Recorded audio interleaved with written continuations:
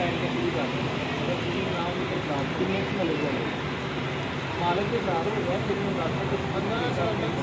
ਕੀ ਕਰ ਜੋਰ ਹਲਡ ਆਊਟ ਹੋਈ 15 20 ਹੋ ਗਿਆ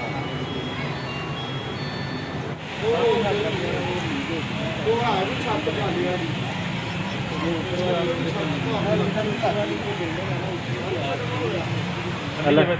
जी सर नहीं पता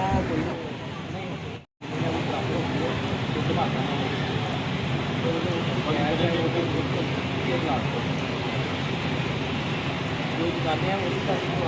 काटना ये भी बंदा यार मालिक के साथ हो गया फिर मैं 15 साल तक हल्ड आउट हो गया 15 20